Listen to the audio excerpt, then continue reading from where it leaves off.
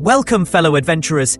Prepare to plunge into the depths of the Forest Kingdom, Cormier, the land of the Purple Dragon. Today we unfurl its storied banners, tracing the nation's legacy, its legendary armed forces, their knightly champions, and the unmatched war wizards.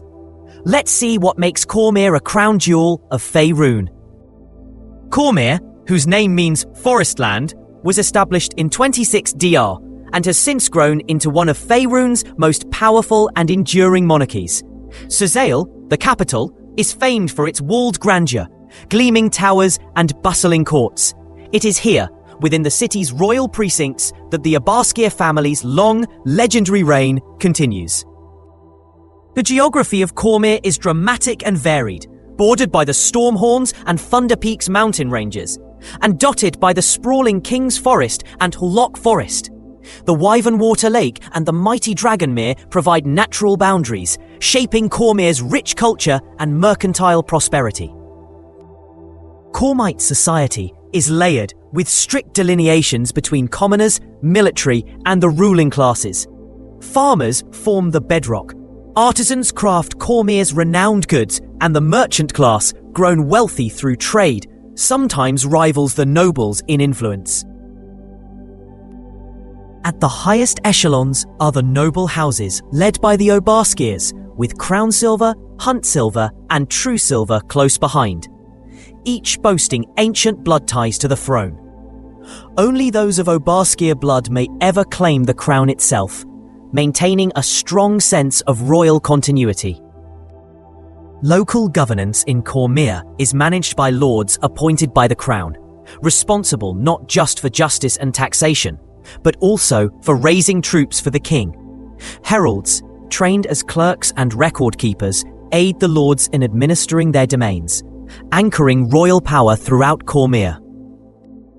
The people of Cormier benefit from a meticulous legal system. By the 15th century, the Suzail writ established rights for commoners, including trial by jury and checks on the nobility's power.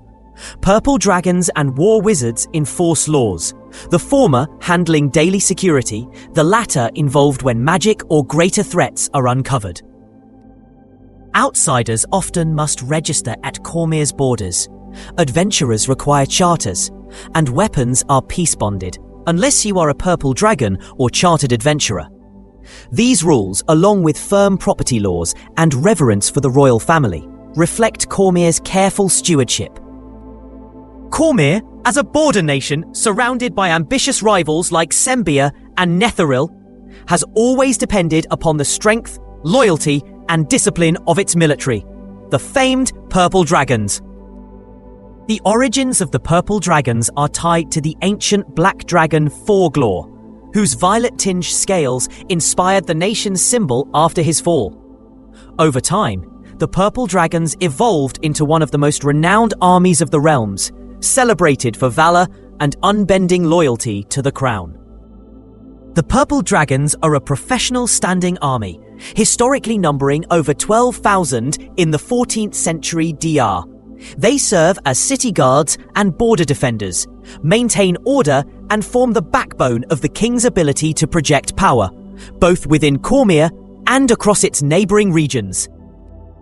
A typical purple dragon wears field plate, a steel helm, and tabard emblazoned with the Purple Dragon crest. Higher-ranking officers may bear family crests or sigils as well. Troops are experts with a range of weapons, most often longswords, and receive cross-training in skills suited for archers, cavalry, or even hippogriff riders. Joining the Purple Dragons is a matter of honor for nobles and option of service for commoners. Initial service is 2 years.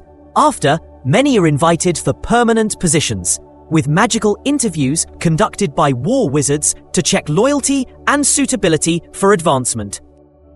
All soldiers recite an unwavering oath that binds them to the nation's cause. Re-enlistment, retirement, and even honorable discharge are managed with care, vital when considering the ever-present threat of neighboring rivals and the strategic importance of Cormier's defenders. Ranks in the Purple Dragons progress through Blade, Telsword, Leonar, all the way to Lord High Marshal. allowing advancement based on merit, seniority, and, often, service distinction. High-ranking officers wield not just tactical, but also considerable political authority across the kingdom. Retired veterans, called Grey Swords, enjoy pensions, land grants, often along dangerous borders, and deep respect. This both rewards service and extends Cormyr's civilizing reach. Even leaving the service is carefully regulated, requiring debriefing, often with magical oversight, to prevent betrayal or undue loss of state secrets. The Purple Dragons are famous for their battlefield camaraderie and sense of unity, kept sharp through unpredictable postings and assignments, sometimes even using noble strike cavalry as expendable shop troops. Within this esteemed military, the Purple Dragon Knights stand apart as the officer elite, the best of the best. Earning a knighthood is rare, reserved for acts of exceptional courage and capability. Such knighthood is one of the greatest honors for any Cormyrian. Purple Dragon Knights serve as battalion leaders, knight-errants roaming the kingdom for justice, and the soul of Corite valor. They are not only masterful combatants, but also stellar leaders, inspiring the rank and file through sheer presence, battlefield commands, and exemplary discipline. The honor, reputation, and trust placed in these knights is second to none. Their presence alone can dissuade would-be raiders. On the battlefield, their aura of command turns setbacks into rallying points, their war cries bolstering allies and demoralizing foes. Unique among their traditions, Purple Dragon Knights often swear an oath each day to defeat a particular enemy in battle, focusing their resolve and often turning the tide at critical moments. Their training emphasizes not only martial skill, but the intangible qualities of command, courage under fire, resilience, and unshakable ethical standards. Notable Purple Dragon Knights such as Alusair Obarskir, Sir Istaval, and Starvar of Sazale are legends whose exploits shaped not just battles, but the direction of the realm itself. Purple Dragon Knights are often seen working in concert with Cormyr's arcane defenders, the War Wizards. This combined arms approach is a hallmark of Cormyr's military innovation and key to many of its victories against more numerous or magically powerful foes. Now, let's delve into the arcane shield of Cormyr, the War Wizards, battle mages, arcane investigators, and royal counselors. Founded as early as 70 DR, during times of monstrous threats, the War Wizards have ever since been Cormyr's magical bulwark. The War Wizards serve the Obarskir family directly, charged with battlefield support, legal oversight of magic, espionage, and defense against threats mundane and magical. Many a coup or invasion has failed thanks to their vigilance and power. At the apex of the organization, the royal magician, most famously Van Gadahast, directs the order with a combination of political shrewdness, magical might, and relentless focus on the monarchy's survival. Their influence in shaping Cormyr's magical laws and royal policy is legendary.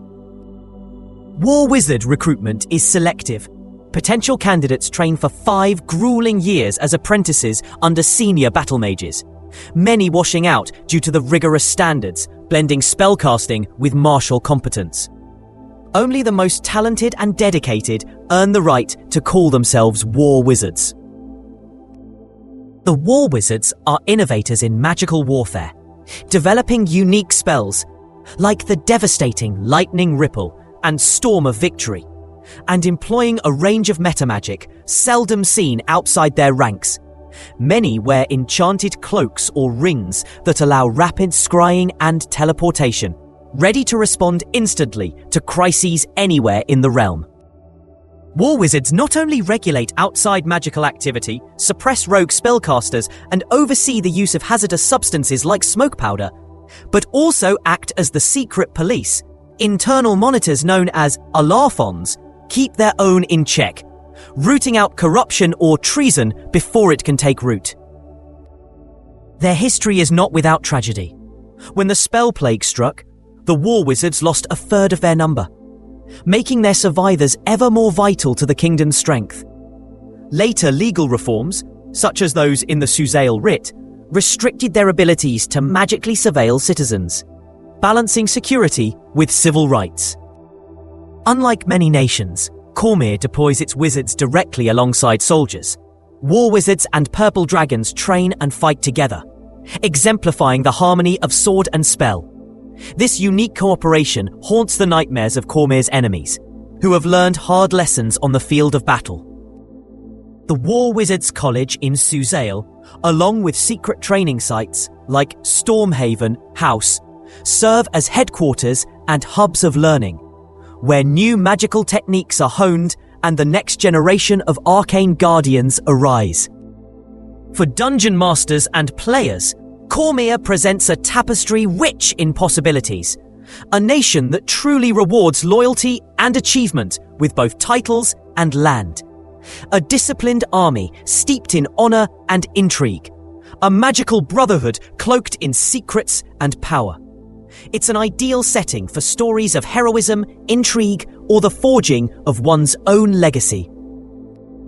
Whether your campaign focuses on rooting out corruption, defending the borders, or uncovering arcane conspiracies, the dynamic interplay of the Purple Dragons, Purple Dragon Knights, and War Wizards ensures high drama, tough choices, and opportunities for glory and danger in equal measure. So the next time your party finds themselves at Suzail's gates or summoned before a Lionar of the Purple Dragons, remember you walk in the footsteps of legends, those who chose to serve and defend Cormier, whatever the cost. Until then, may you find inspiration in the Forest Kingdom, and may the Purple Dragon watch over your adventure.